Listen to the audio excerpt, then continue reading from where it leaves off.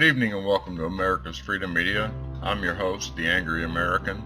Tonight I'm going to bring you a story about the Confederate States of America, and I'm going to bring you some truth about the Confederacy. The Confederate States of America. There had been many woeful misunderstandings between the North and the South in the years that led up to the Civil War. But the most tragic misunderstanding of all was that neither side realized until it was too late that the other side was desperately in earnest. Not until the war had actually begun would men see that their rivals really meant to fight.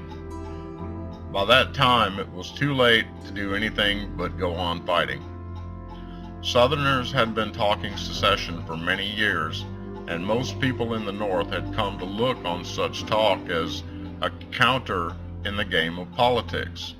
You wanted something, and you threatened that dire things would happen if you did not get what you wanted. But you didn't necessarily mean to do what you were threatening to do, and there was no sense in taking brash words at their face value. America, as a nation of poker players, understood all about the business of calling bluffs. Not until the guns began to go off would the North realize that men like Jefferson Davis talked about seceding from the Union. They actually meant every word of it. The same was true in reverse. In the South, it seemed incomprehensible there that the Federal Union meant so much in the North that millions of people would be ready to make war to preserve it. The North seemed to dislike both slavery and slave owners. To the average Southerner, it stood to reason that the North would be happy to get rid of both. Baltimore hastily carried away 4 Confederate monuments Wednesday morning. Lexington, Kentucky is hoping to do the same. Reverend Jacques DeGraff is a Fox News contributor. He's a social justice champion, he says. And he supports removing all Confederate monuments. The Reverend DeGraff joins us now. Jacques, good to see you. Good to see you, Tucker. So let me just say at the outset that I'm kind of sympathetic to your point of view. I mean, I wouldn't want to see something that offended me every day. There was an Al Sharpton monument on my street, a Marion Barry monument. I wouldn't like it. So I don't, if you're offended by these monuments, I totally get that.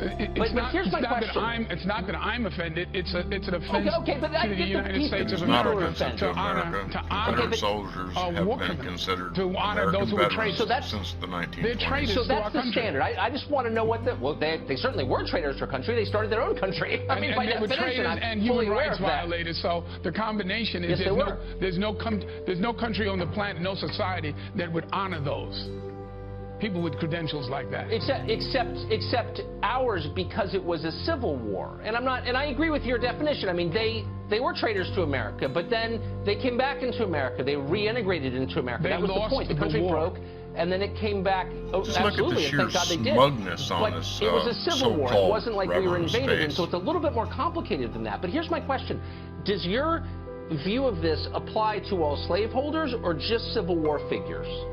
It's not just Civil War figures, but he tips his hand and reveals his Marxist agenda right here. Are not to be honored in any shape, manner, or form as a societal imperative. And the fact that we're coming to our senses with the statues and with the stars and bars, the American swastika, they all must fall. We thought we had resolved this in Charlotte a couple of years ago. It's still not resolved, and so we're moving expeditiously in every form and fashion to complete the task of eradicating these symbols. Their goal is to eradicate American history. Now, well, I actually think you got a more chipped off at a time. The issue of maybe can I say slaveholders. one thing?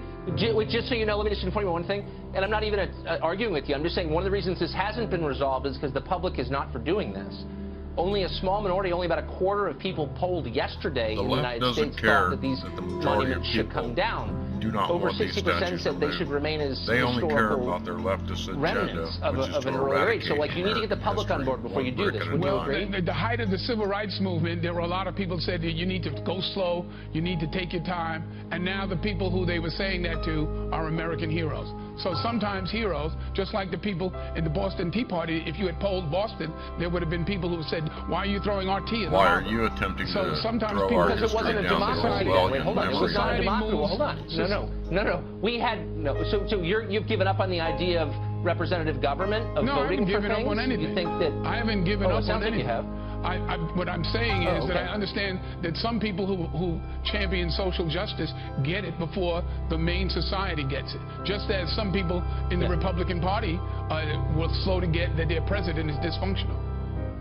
You see how he pivots? Now he's let's get back to the question of slaveholders, though, because I think this is a meaningful one. I think you make a more defensible point on the Civil War question, but what bothers me about the idea that all slaveholders need to be erased from American history is I think the issue is not being erased from history. It's being not celebrated. If you put your name on a building, you're being celebrated. Washington. This is one well, the smug city I live SOB. in is named after the founder of the country, the first president, whose plantation, which was populated by slaves, is right down the road at Mount Vernon. So, I mean, this is not a rhetorical question. That's a real question. Should we change the name of the capital of the country? What should we do about George Washington? George Washington is not like a Confederate general. George Washington is the founder of a country and put his life on the risk, put his life on the line in order to do so.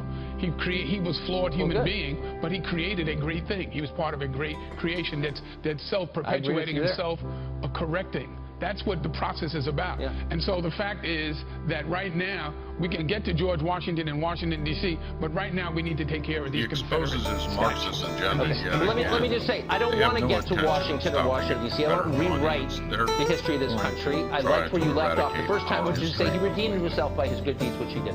Reverend, thanks a lot for joining us. Thank you for having me. Struggles ended now and peace smiles on our land. You know, Sean, I think that there are two separate issues. On the remaking of history, the renaming, the erasing of history, I think that is very, very dangerous, and it tends to undermine the very foundations of our nation. For example, there has been slavery, a scar on the face of society since the ancient Egyptians, 3,100 years B.C. Then the Romans, the Greeks, George Washington, Thomas Jefferson as the president, and you both referenced. I think that it's very, very dangerous when you start trying to bring, historical figures and monuments and mementos up to contemporary political standards. Very dangerous.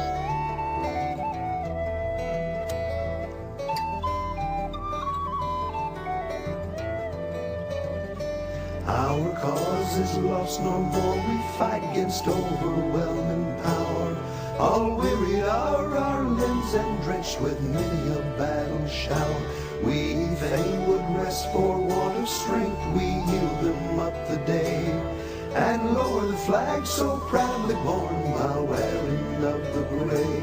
Defeat is not dishonor, no of honor not bereft. We should thank God that in our breast this priceless boon is left. And though we weep, 'tis for those braves who stood in proud array beneath our flag and nobly died while wearing of the gray.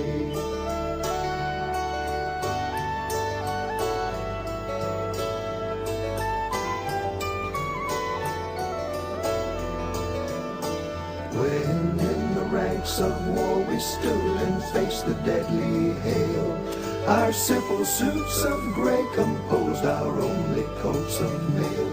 And of those awful hours that marked the bloody battle day, in memory we will still be seen a-wearing of the gray.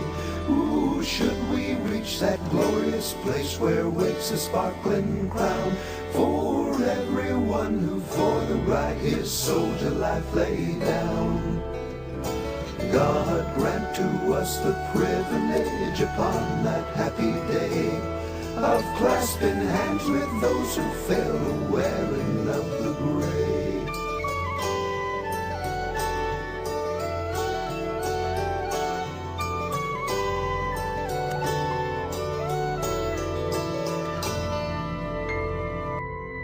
Thank you for watching our video. Please like, share, and subscribe, and don't forget to click the notification bell.